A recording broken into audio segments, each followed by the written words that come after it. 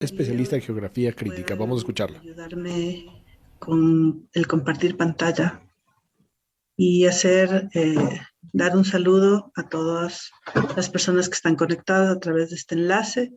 Agradecer por la posibilidad de poner nuestra palabra. Yo soy Amanda Yepes. ¿Me permiten un momento? Voy a compartir pantalla, por favor. De esta manera, la señora Yepes Salazar ha solicitado compartir pantalla en la que ya podemos ver sobre algunos puntos que trata como el También incumplimiento y quería violencia estatal solicitar, durante si el es paro posible, nacional. señores asambleístas, que pueda yo en un momento determinado poder pasar un video, compartir un video por acá. Lo puedo poner, para que siga el momento pertinente dentro de la presentación. Estuve tratando de enviar, pero es un poco pesado para enviarlo directamente, entonces lo quisiera pasar por acá, por favor. Nosotros como colectivo de geografía crítica somos un grupo de profesionales y académicos que estamos trabajando permanentemente en investigación de diversos fenómenos de la sociedad desde una perspectiva de la geografía crítica, ¿no? Hemos ya participado como técnicos especialistas para la Comisión de Biodiversidad de la Asamblea Nacional. De hecho, hubo un pronunciamiento de la Comisión para escoger a nuestro colectivo como un grupo de personas técnicas que acompaña el trabajo de reflexión de la Comisión de Biodiversidad.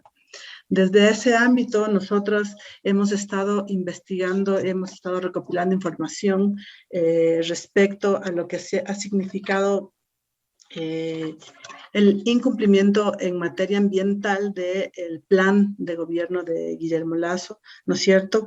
Sobre todo hemos estado trabajando en investigaciones alrededor de temas petroleros, mineros, y, por ejemplo, queremos recalcar que el presidente se había comprometido a promover una consulta libre, previa, informada, una consulta popular por el Yasuní, y a garantizar los derechos de los pueblos indígenas en aislamiento voluntario. Sin embargo, vimos que en pleno momento álgido de la pandemia inició la construcción de una carretera en las plataformas Ispingo A y B, que son en el corazón del Parque Nacional Yasuní y apenas a 300 metros de la zona de amortiguamiento, que es zona de protección de los pueblos en aislamiento voluntario, y que esta arremetida petrolera, esta ampliación de la frontera petrolera en esta zona sigue incrementándose. En este momento, pues sabemos que siguen el trabajo de las actividades petroleras, ¿no? Por otro lado, se comprometió a no desarrollar proyectos de minería metálica a cielo abierto, ¿no es cierto?, en zonas de recarga hídrica, ¿no? Sin embargo, vemos con preocupación que hay 885.910 hectáreas concesionadas para minería metálica, ¿no?, dentro de zonas con una vulnerabilidad alta y mediana, ¿no?, de recarga hídrica, y además que el 99.7% son concesiones, como decíamos, de minería metálica, ¿no?, especialmente oro, que tienen un alto índice de contaminación, sobre todo a las fuentes de agua. Por otro lado, se comprometió a garantizar y a proteger a quienes defienden la naturaleza. Sin embargo, vemos que el defensor del agua y del territorio, Víctor Enrique Guaylas Guaitama, fue asesinado en una cárcel cuando hubo los motines y los complicados problemas dentro de las cárceles. Por otro lado, se comprometió a desarrollar y a respetar las consultas previas, libres e informadas en los territorios indígenas.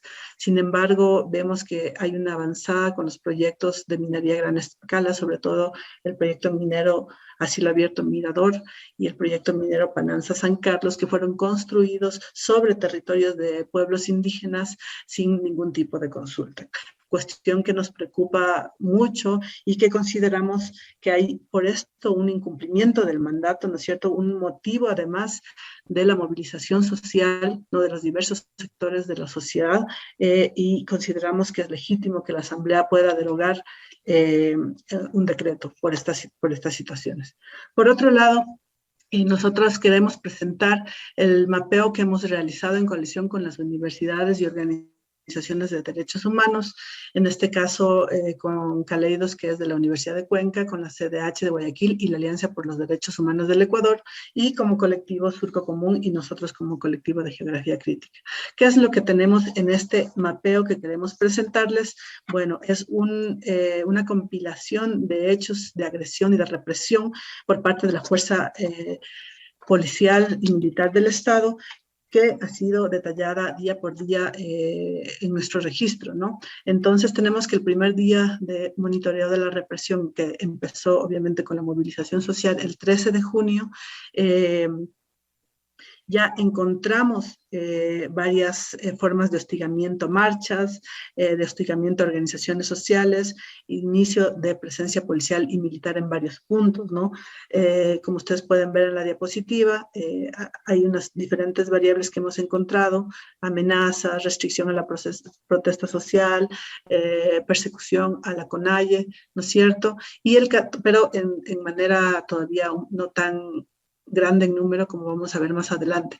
El 14 de junio hay un hecho particularmente considerable, que es el arresto arbitrario del presidente de la CONAIE, ¿no es cierto?, en La Tacunga, y obviamente el incremento ya de evidencias que muestran, ¿no es cierto?, las agresiones hacia el cuerpo de los manifestantes, como por ejemplo disparos contra comuneros, agresiones físicas, ¿no?, con toletes y, bueno, con bombas, etcétera, ¿no?, lo que estaría evidenciando ya desde el inicio de la movilización social un poco la agresión contra los manifestantes, ¿no? Hay un uso excesivo de la fuerza, una agresión a adultos mayores, violencia contra estudiantes,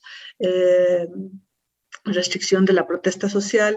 Vemos que además hay una dispersión de esta agresión en varios puntos del país. Tenemos registros en Quito, en La Tacunga, en Pastaza, en Sucúa, y también tenemos ya el inicio de gente que es detenida por la protesta social.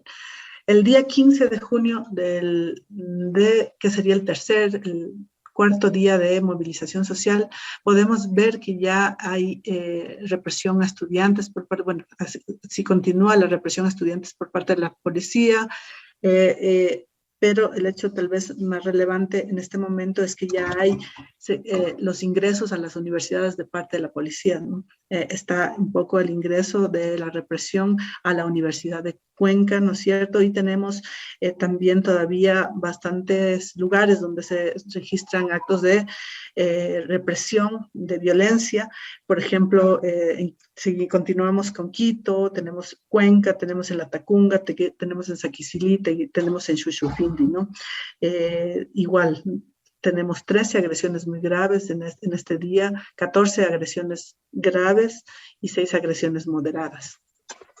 Por otro lado, ya el 16 de junio empieza esta llegada masiva de manifestantes, sobre todo a la capital del Ecuador, a Quito, ¿no es cierto? Y es por eso que comienza a concentrarse el nivel de violencia y de agresión de parte de la policía y militares en la ciudad de Quito, ¿no es cierto? Y ahí podemos encontrar que en el registro de este día tenemos ya 19 agresiones muy graves, 18 agresiones graves, 6 agresiones moderadas, ¿no? Con acciones de todo tipo, ¿no? Con gas, con toletes, con bombas, y sobre todo la violencia dentro de Quito se va concentrando en el sur de la ciudad porque hay un levantamiento de las poblaciones a la expectativa también de recibir a las delegaciones de las comunidades que vienen a manifestar por sus derechos y las reivindicaciones populares. El día número 5, que es el 17 de junio, ya vemos lastimosamente que hay una agresión extrema, que es la muerte de una persona. Cuenta con un minuto, por favor. Y ya, muchas gracias. Bueno, vamos a ir hacia el final. El día 8, bueno, vemos que aumenta ya con 8 agresiones extremas, 34 agresiones muy graves, 39 agresiones graves y 11 agresiones moderadas, ¿no? Ya a los últimos días de la movilización podemos ver que hay un recrudecimiento de la violencia. Le voy a dejar con el día número 11 de la movilización, que es lo que tenemos procesado los registros, ¿no? Ya se encuentran que hay personas que nos dicen que ha habido a personas asesinadas por perdigones, y ya tenemos 15 agresiones extremas y un uso desproporcionado de la fuerza que se concentra sobre todo en el centro de Quito, en la ciudad de Quito, porque ahí están los manifestantes un poco tratando de hacer uso de su legítimo derecho a la lucha y a la protesta, ¿no?